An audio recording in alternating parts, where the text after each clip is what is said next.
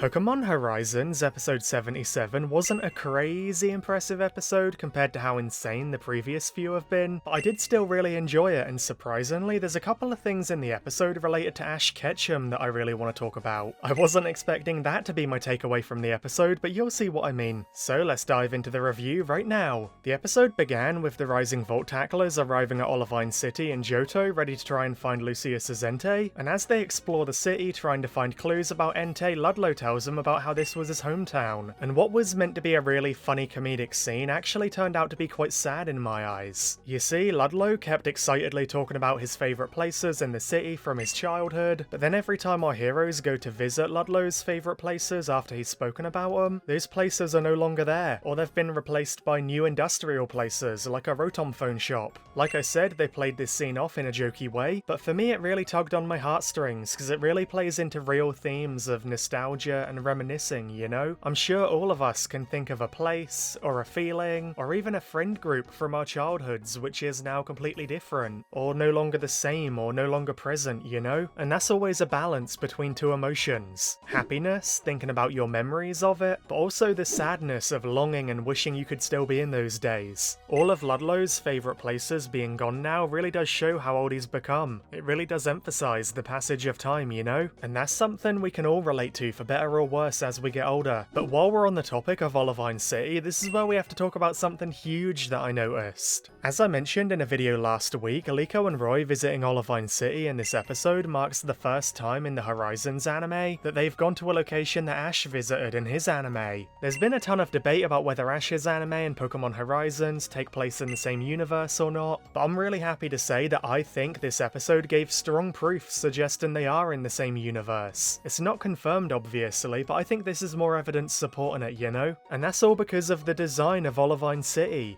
On screen right now is what Olivine City looked like in Ash's anime, and now on screen is what Olivine City looks like in the new Pokemon Horizons episode. Let me put them side by side real quick. Look at that, dude! They're basically identical! Olivine City is the same between Ash's anime and Pokemon Horizons. From the cliffside landmass in the top left, to the placement of the lighthouse, to the appearance and placements of the docks, to the abundance of nature throughout the city, and importantly even the shape of the coast. Olivine City is basically identical between the two animes. And this design for Olivine City doesn't come from anywhere else. It's not in the games, it's not in any official maps or anything. This is the Olivine City design specifically from Ash's anime. There is no doubt about it, man. I know some folks could argue that maybe they just took inspiration from Ash's anime for how the city should look, and that is possible of course, but don't you think it's far more likely that the two Olivine cities are nearly identical because, well, they're the same place in the same universe? That makes way more sense, man, because at the end of the day, if they wanted to make Horizons clearly a different universe from Ash's anime, then surely there's no way they'd reuse the exact same location designs from Ash's anime. They'd want to change it as much as possible, you know? So for me personally, I'm taking this as strong proof supporting the idea that they take place in the same universe. The Olivine City designs just seem too specific, too identical to be a coincidence. So that's what I'm going with, dude. Let me know what you think below.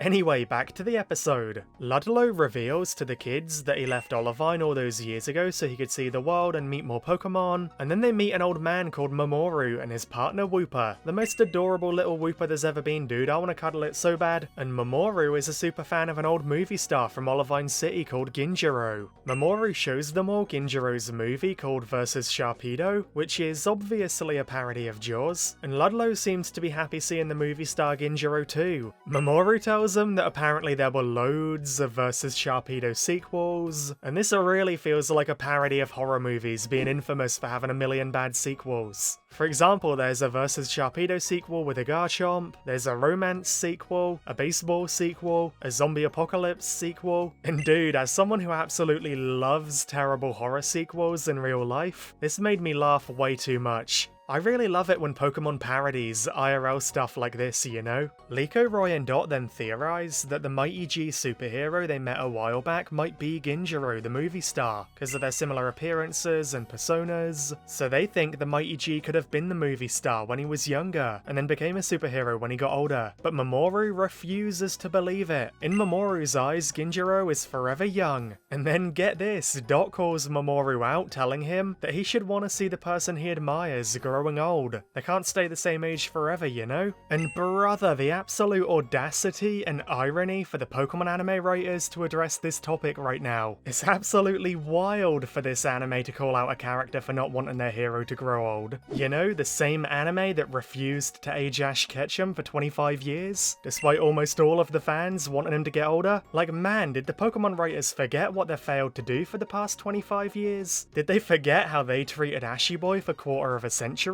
That's crazy, dude. They're in absolutely no position to be saying that. Now, I'll give them the benefit of the doubt. Maybe the writers included this as a sort of like self-referential jab. Maybe they're making fun of themselves for never making Ash age. Or maybe they're making fun of the higher-ups in the company, making fun of the corporate mandate that probably forced them to keep Ash forever 10 years old. But either way, the absolute irony of the Pokemon anime commenting on that topic is wild. Later on, Mamoru takes them to the Whirl Islands, surrounded by whirlpools and nearby from the games, and it's really cool to see it in the anime again, you know? But the Tatsugiri from the airship are causing a ruckus and being mischievous, and they accidentally end up stuck in one of the whirlpools, which I feel bad laughing at, but I found it so funny, dude. Roy's Kilowattrel tries to save them, but ends up hypnotized by the whirlpool, and no one else can get close enough to help. Mamoru's Wooper tries to help, but gets sucked into the whirlpool itself. And dude, I'm kinda sad that Kilowattrel got shafted again, but who cares, I'm still riding the high of Kilowattrel popping off in the battle versus Liko 10 episodes ago, so I can forgive this. So, as expected, Ludlow hides behind a rock and transforms into the Mighty G superhero. I'm really glad we get to see him again in this episode. He rides on his Sharpedo, and with the help of his Pokemon, they save the helpless ones in the whirlpool. Then the Mighty G reveals to him that he was Ginjirou the actor when he was younger, and that makes everyone happy, and Mamoru accepts that he's gotten older and is happy about it. And obviously we know that that means that Ludlow was both the Mighty G and Ginjirou the movie star, but Liko, Roy, and Mamoru don't know that Ludlow is either of them, you know? They know the Mighty G was Ginjirou, but they don't know that's also Ludlow as well, you know? Man, Ludlow has had a crazy life when you think about it. A famous movie star, a famous superhero, what could be next? Was he like a world famous pop star at some point as well?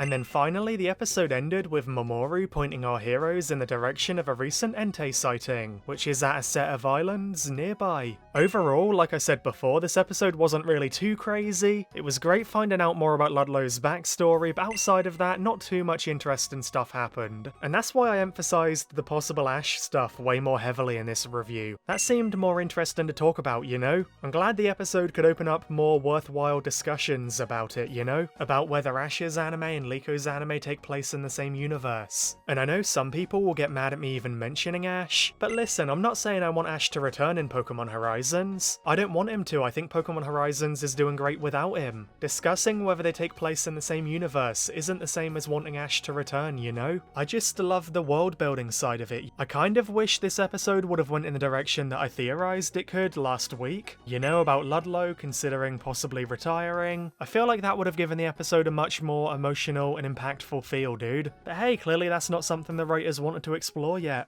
I do appreciate that we got to see Olivine City again, and a small part of the Whirl Islands again, and I especially appreciate that we got an adorable scene of a Fampi helping some kids cross a road. 10 out of 10 scene, man, so cute. The whole interplay between humans and Pokemon in day-to-day life in the Pokemon world, that's one of the most interesting aspects of the franchise to me. I love to see how they live together and work together, you know? It makes me really happy. Next week is the big Lucius VS Entei episode, so that's gonna be crazy hype, dude. But I have an even crazier theory that I'm gonna drop in a few days before then, man, all about Entei and Terapagos and Lucius. So yeah, keep an eye out for it. Overall, did you like the episode? And what do you think about the Ash Ketchum stuff I mentioned? Let me know below. I hope this review was okay. I have a bit of a sore throat right now, but hopefully it didn't interfere too much. But regardless of that, be sure to hit the thumbs up button and the subscribe button if you enjoyed. That would really help me out a lot, dude. Like really. Also, join a Discord server if you want to talk about the Pokemon anime with me and other fans. And on that note, thank you all so much for watching, and best wishes until we meet again.